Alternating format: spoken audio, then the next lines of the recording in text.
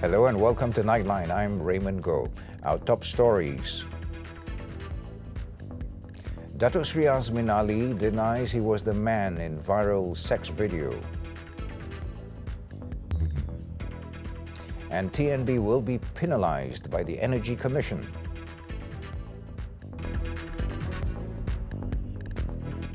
Thanks for joining us. We begin with this story. Economic Affairs Minister Datuk Sri Muhammad Azmin Ali has denied that he was the man in a sex video which is going viral on social media. The PKR Deputy President said in a statement on Wednesday that the allegation was a sinister plot to destroy his reputation and political career. Datuk Sri Azmin said based on the current political development, he believed that the plot against him started months ago. They include intimidation against the safety of his family in the final week of Ramadan and vile and baseless accusations of corruption. Datuk Sri Azmin also condemned this gutter politics, saying it does not have a place in the era of New Malaysia. The senior minister informed that he had instructed his lawyers to initiate legal action against the individuals behind these accusations. Meanwhile, PKR President Datuk Sri Anwar Ibrahim has insisted that no PKR member is behind the gay sex videos released to attack his deputy Datuk Sri Azmin Ali. Datuk Sri Anwar said there is no evidence to support such a claim amidst allegations of an internal tussle being the cause of the scandal. We have no issue about it, but the only thing we considered was the scurrilous attack, which we condemn. Notwithstanding from whatever the source is. We have no evidence to suggest that the party is in any way involved. PKR earlier held an emergency meeting on the matter on Wednesday, which was attended by, among others, Vice President Dr. Xavier Jayakumar, Communications Director Fahmi Fadzil, and Sarawak Chapter Chief Baru Bian. He also condemned the allegations made against his deputy, describing the attacks made through a purported sex video as gutter politics. During the nearly two-hour meeting, Datuk Sri Anwar said the party leadership had amicable discussions on what kind of statement to present to the public, how the party has been affected, and how to tackle the issue within the rules. Datuk Sri Anwar also said that Datuk Sri Azmin is still PKR Deputy President and there will be no changes in the party. What's on the agenda of the meeting? In another development, police have confirmed receiving a report on the sex video clip allegedly linked to a minister being spread via social media. In a statement, Kajang Police Chief Assistant Commissioner Ahmad Zafir Muhammad Yusof said the individual who lodged the report has nothing to do with the video. He also said any further details on the case should be referred to Bukit Aman.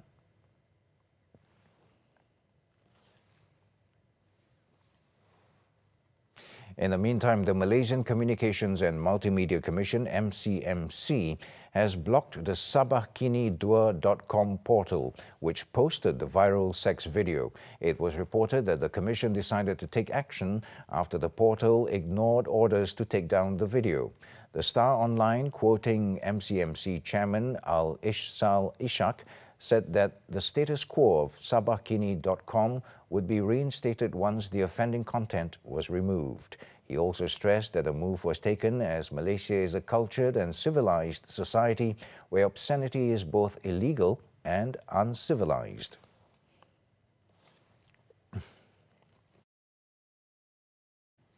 On another issue, UEM Group Berhad has shot down claims that it was involved in alleged money transfer involving a federal minister.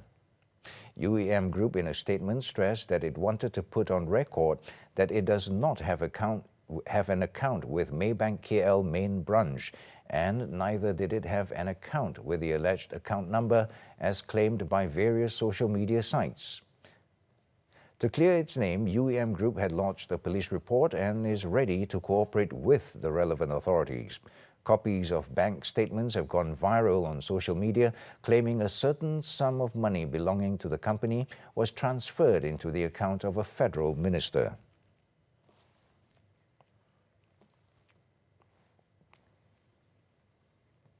The Malaysian Anti-Corruption Commission, MACC, will investigate a complaint lodged by UMNO's Dato' Lokman Adam into the alleged transfer of funds belonging to a senior minister. Its newly appointed Chief Commissioner Latifah Koya promised that the investigation will be carried out professionally and fairly. In a statement, Latifah said the investigation will be led by her deputy and his team of investigators. She will also remain neutral and not be involved in the probe or decision-making.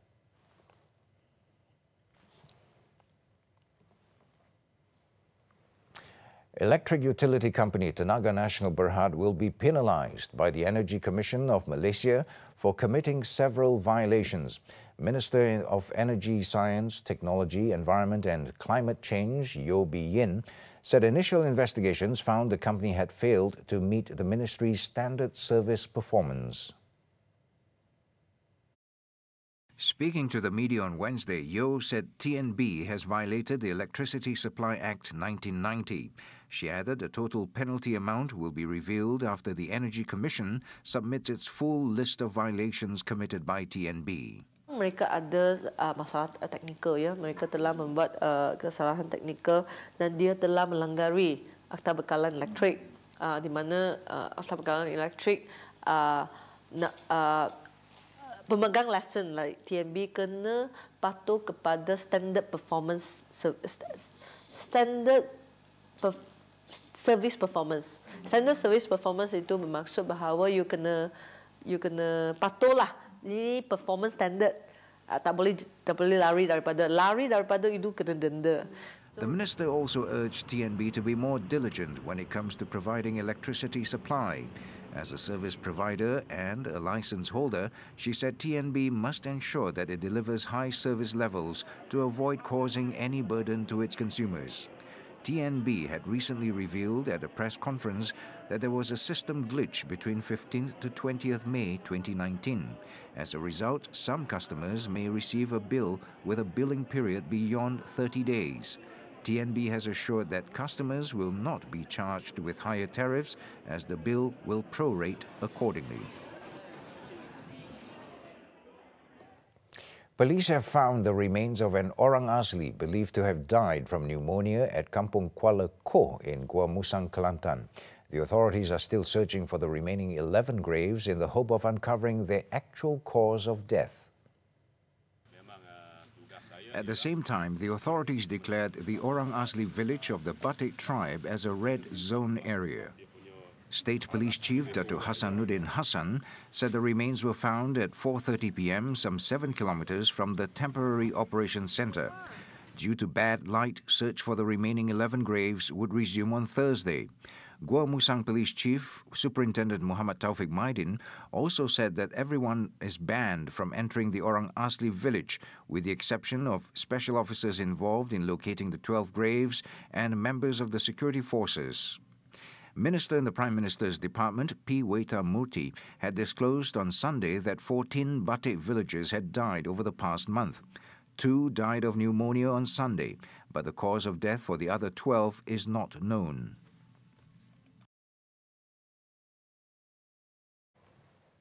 The High Court was told on Wednesday that the Board of Directors of SRC International Sdn Bhd was never informed of the company's application for government guarantee for a 3.95 billion ringgit loan from the Retirement Fund Incorporated KWAP in 2011. The application was disclosed via a letter signed by Nik Faisal Arif Kamil as the Managing Director and CEO of SRC, addressed to the Ministry of Finance. The letter was shown to Tan Sri Ismail Ismail, former board member of SRC, by lawyer Havinderjit Singh, who represents former Prime Minister Dato' Sri Muhammad Najib Tun Razak, on the 23rd day of the letter's trial. To another question, the 39th prosecution witness agreed that the company's BOD was uncertain about the veracity of a proposed joint venture involving Abu Dhabi-based company Aba Investments PJS.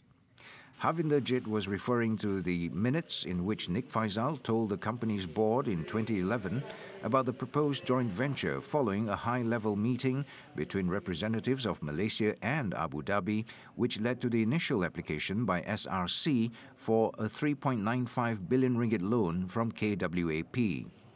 Tan Sri Ismi also concurred with Havinderjit's assertion that the BOD was not shown any other documents by Nik Faisal as proof of the proposed joint venture. Datuk Sri Najib is charged with 3 counts of criminal breach of trust, 1 count of abusing his position, and 3 counts of money laundering involving SRC International Sindra Berhad funds amounting to 42 million ringgit. The hearing before High Court Judge Muhammad Nazlan Muhammad Ghazali continues. The election court on Wednesday ruled that UMNO's Datuk Sri Ahmad Hamzah should keep the Jasin parliamentary seat which he won in the last general election. Judge Abu Bakar Jais dismissed the petition of Amanah's Datuk Sri Khairuddin Abu Hassan challenging the 3-term MP's May 9, 2018 victory. The court ordered Datuk Sri Khairuddin to pay 400,000 ringgit as costs to Datuk Sri Ahmad, the EC and its returning officer. Datuk Sri Ahmad had successfully defended the seat with a 219-vote majority in a 3-cornered fight last year. He polled 26,650 votes against Datuk Sri Khairuddin's 26,341 votes, while past candidate Abdul Alim Shapi received 8,860 votes. Datuk Sri Khairuddin filed his petition after May 9th, claiming discrepancies in the electoral forms as some of the documents did not have the signature of the returning officer, while others had the signature of the candidate's agents. When we come back, welcome back. Lawyer Shazlin Mansoor, who withdrew from the inquest into the death of firefighter Muhammad Adib Muhammad Qasim last month, has confirmed that she will continue to represent the fireman's family. Shazlin said the decision was made after Adib's family had asked her to continue representing them. Shazlin made the announcement in a press conference on Wednesday. Shazlin also countered the 4 reasons given by Attorney General Tommy Thomas on why the lawyer's service in representing the Housing and Local Government Ministry, as well as the Fire and Rescue Department, was ended. One of the reasons given by Thomas was that her act of representing the Ministry, the Fire and Rescue Department, and the family of Muhammad Adib could bring about a conflict of interest. However, Shazlin claimed both the Ministry and Department were not required to seek legal advice from the Attorney General's chambers in appointing her, as she was not hired to conduct the inquest. Bukit Aman Narcotics Criminal Investigation Department, NCID, will send its officers to Indonesia following the arrest of 6 Malaysians for alleged drug trafficking last week. Its Deputy Director, DCP Zulkifli Ali, said the team will leave for Jakarta soon to collect intel on drug smuggling using luxury yachts. Zulkifli said police have identified the 6 suspects who were arrested for smuggling 37 kilograms of shabu, believed to have come from Myanmar using a luxury yacht on June 4th. Saya tak tahu lagi. Laluannya mana, tapi dia pakai kapal mewah tu lah. So saya tak ada detail lagi sebab Indonesia pun maklum dia pun baru tangkap. Jadi kita akan hantar orang kita untuk buat soal siasat lanjut lah, untuk interview. Kita dalam proses untuk hantar kita punya pegawai ke sana. Dalam proses untuk hantar ke sana lah dalam masa terdekat. The yacht is believed to have sailed from Johor on the same day, where it docked at the Batavia Sunda Kelapa Pier in North Jakarta. Similar to Malaysia, drug smuggling is a capital offence in Indonesia.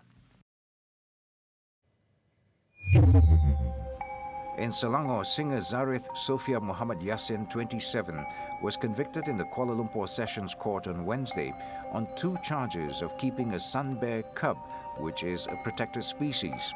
For the first charge, she was charged under Section 69, Subsection 1 of the Wildlife Protection Act 2010 for keeping a protected species without a special permit, which carries a fine of not more than 200,000 ringgit or jail of not more than 10 years or both upon conviction.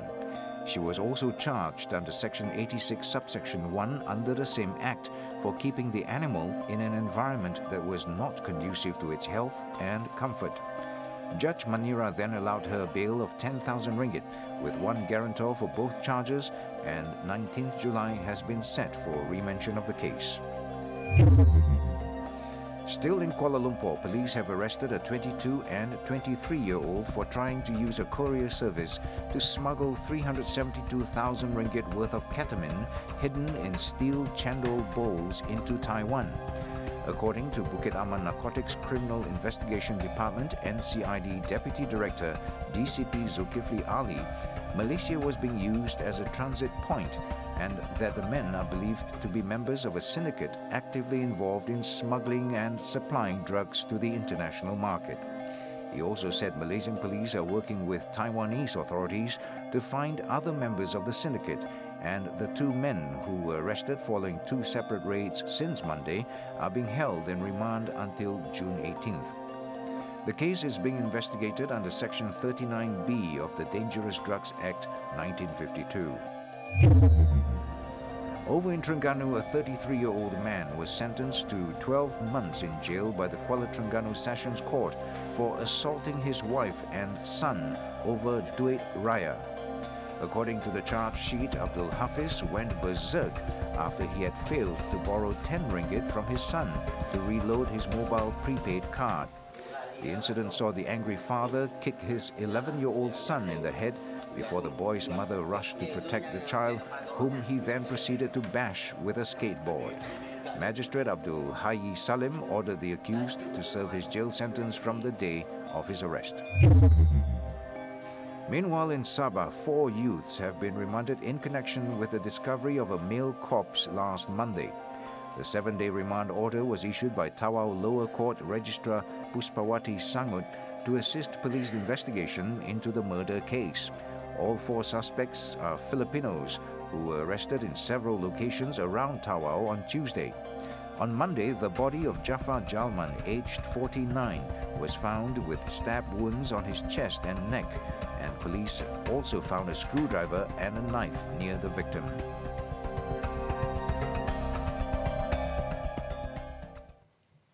More than 1,000 construction companies nationwide are eyeing the 40% civil works portion of the 44 billion ringgit East Coast Rail Link ECRL project.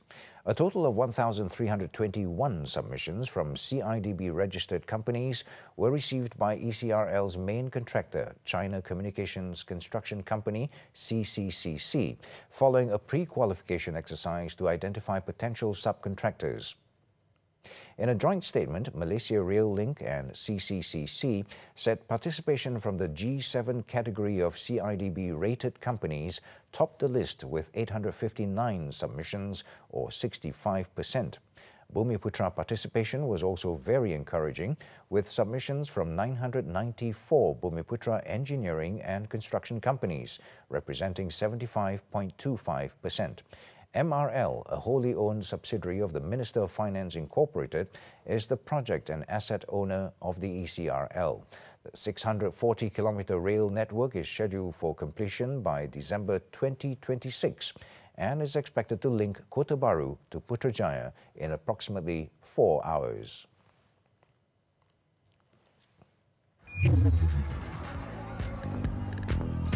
Coming up on Nightline, riots re-emerge in Hong Kong. Details up next.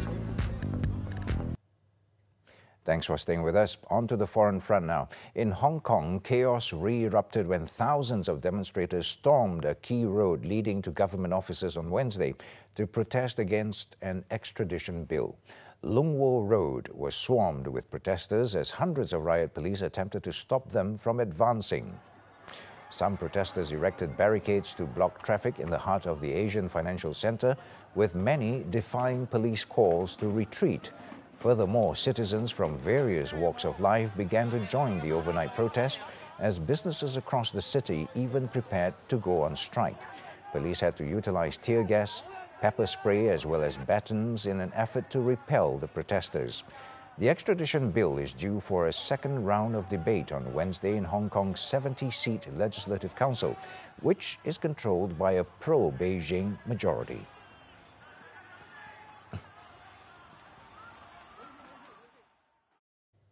In India, Cyclone Vayu has claimed its first life even before making landfall. A pedestrian was killed Wednesday after a portion of a cladding fell on him at the bustling Churchgate railway station in Mumbai. A railway official said the victim was passing through Churchgate station building when the cladding fell on him. He was rushed to a nearby hospital but succumbed to injuries on his head and chest. Cyclone Vayu, with speeds at a maximum of 200 kilometers per hour, is set to make landfall on Thursday, and approximately 300,000 people in low-lying areas are set to be evacuated in Gujarat. The Chief Minister of Gujarat, Vijay Rupani, has advised the public, especially tourists, to leave and avoid coastal areas. This will be the second cyclone to hit this year after Cyclone Fani ravaged East India last month, killing 34.